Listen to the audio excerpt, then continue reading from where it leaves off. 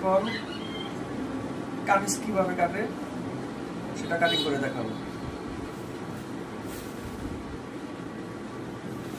এই কামিজটির লম্বা 45 ইঞ্চি, 45 লম্বা, বডি 42 ইঞ্চি। প্রথমেই আপনার নিচের যে ঘের এখান থেকে শুরু করব।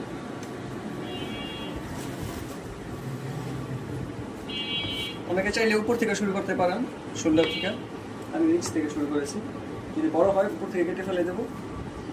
এখান থেকে জামার ঘেরের মাপটা নেওয়া হয়। এখানে দেওয়া আছে 26 ইঞ্চি, 26 হাফ করলে 13 ইঞ্চি হয়। এখান থেকে এখানে আমি লম্বার মাপটা ধরবো। যেহেতু 45 ইঞ্চি লম্বা আছে, এখানে 45 ইঞ্চি আসে না, যা আসে আমি পুরোটা দিয়ে দেবো। 1 ইঞ্চি কম আসছে, 44 ইঞ্চি।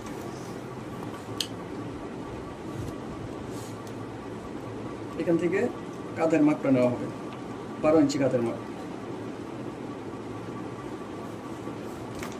এখান থেকে প্রথমে মোড়া মাপ নেওয়া হবে। মোড়াটা কাঁধ থেকে আমি 6.5 ইঞ্চি নামাবো।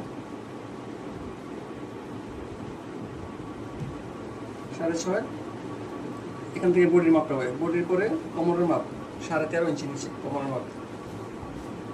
এখানে হিপের মাপ দেওয়া আছে 19.5 ইঞ্চি নামাবো। এই শোল্ডার থেকে কাঁধ থেকে মোড়ার মাপ, মোড়ার এখান থেকে বডি আসবে, তারপরে কোমর আসবে, তারপরে হিপের মাপ আসবে। হিপের কাছ থেকে জামার কামিজের ফাড়াটা হবে। এই মোড়াটা বডি অনুযায়ী নিচে নামানো হয়, উপরে উঠানো হয়। এখানে যে মাপে 40 থেকে 42 ইঞ্চি মাপে আমি 6.5 নামিয়েছি, 7 ইঞ্চি নামানো যাবে। আমি 6.5 ইঞ্চি নামিয়েছি। মোড়া লাগালে দেখা গেছে 200টা আরো বড় হবে। কাঁধ থেকে কোমর মাপটা 13.5, 14 কিংবা 13 এর মধ্যে থাকবে।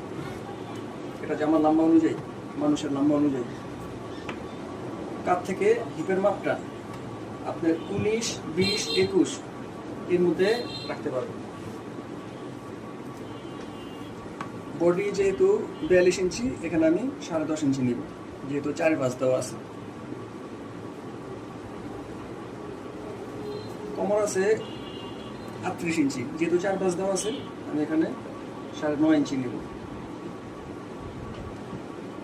9.5। হিপ দেওয়া আছে 41 ইঞ্চি, 4 ভাঁজ যেহেতু দেওয়া আছে, আমি 10 ইঞ্চি 2 সুতা নেব, 10.5।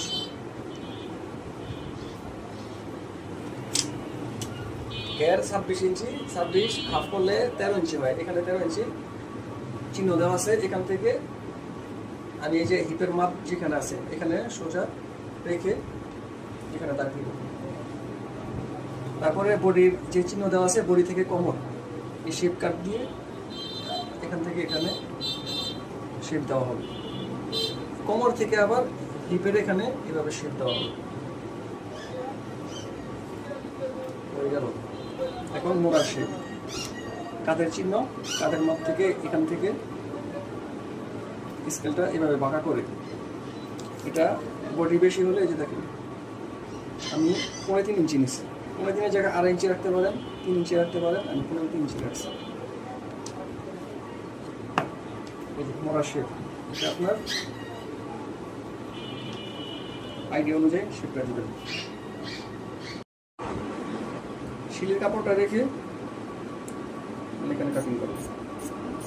1/2 ইঞ্চি কাপড় বেশি রেখে। আপনি যদি যখন মাপ নেবেন, যদি 1/2 ইঞ্চি কাপড় রেখে আপনি দাগ দেন, তাহলে আর বেশি রাখতে হবে না। এটা আপনি যেভাবে কাটিং করেন, এটা আপনার যেভাবে সুবিধা হয় সেই অনুযায়ী।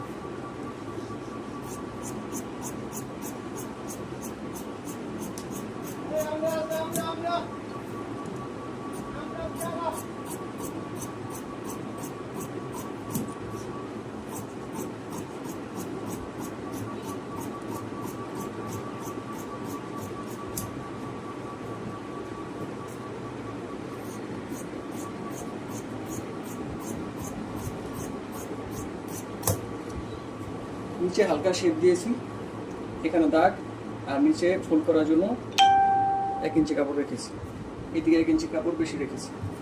পুরোটা কাপড় বেশি রেখেছি, ভবিষ্যতে যদি মোটা হয় শিলি খুলে একটা শিলি দিয়ে এটা বাড়িয়ে নিতে পারবেন, এই জন্য কাপড় একটু বেশি রেখেছি।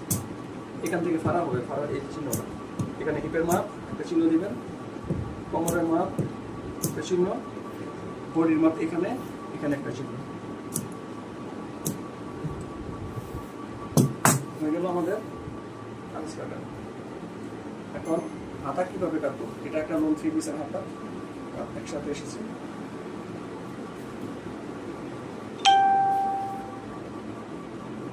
এই তো পাস করলাম,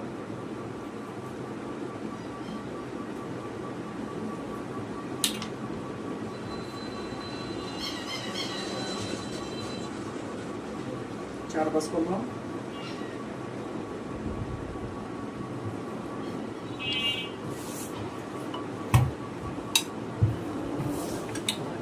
যেহেতু এটা একটি মাইক হাতা,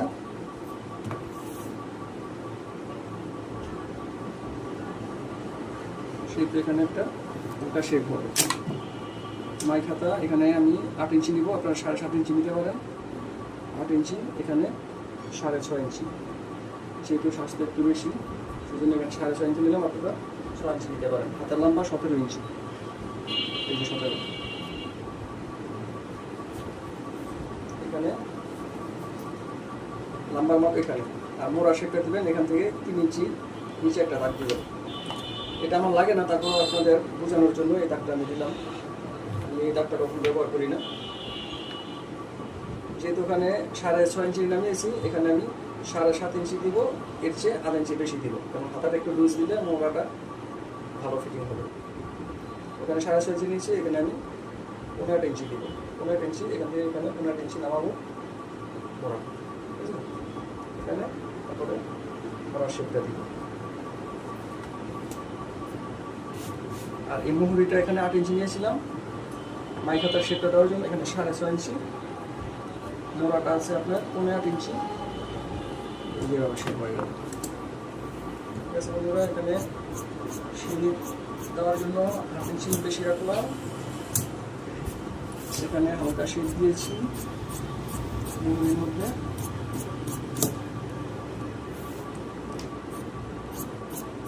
এখানে 1 ইঞ্চি কাপড় মাপের চেয়ে বেশি রেখেছি, টাইট ইউজ করার জন্য, ইউজ করতে পারবো ভবিষ্যতে। এখানে মোড়া একটা চিহ্ন দিয়ে দিলাম।